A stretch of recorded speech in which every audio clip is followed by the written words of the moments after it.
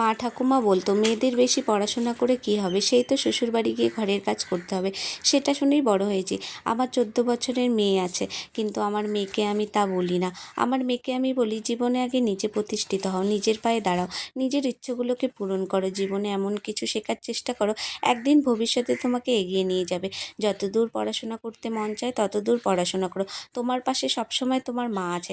আমি জীবন দিয়ে বুঝেছি, মেয়েদের ভবিষ্যৎ সুন্দর তখনই হয় তখন সে নিজের উপার্জন করতে শিখবে। আর বাকি রইল সংসার, সেটা শিখতে কোনো ডিগ্রি লাগে না। একজন মূর্খ নারীও তার সংসার সুন্দর করে গুছিয়ে রাখতে জানে। তাই আগে নিজের পরিচয় তৈরি করো, তারপর সংসার করো। জানি তো মেয়েকে একদিন শ্বশুরবাড়ি পাঠাতেই হবে, কিন্তু আমি চাই না আমার মেয়ে সংসার নামক জাতাকলে পিষে গিয়ে নিজের অস্তিত্বটাই হারিয়ে ফেলুক। সো হ্যালো ফ্রেন্ডস, তোমরা কেমন আছো? আমিও খুব ভালো আছি।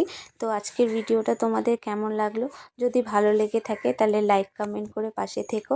তো আজকের মতো আসি, সকাল থেকে সমস্ত কাজ করে ফেলেছি, এখন রান্না করব। টাটা, রাধে রাধে।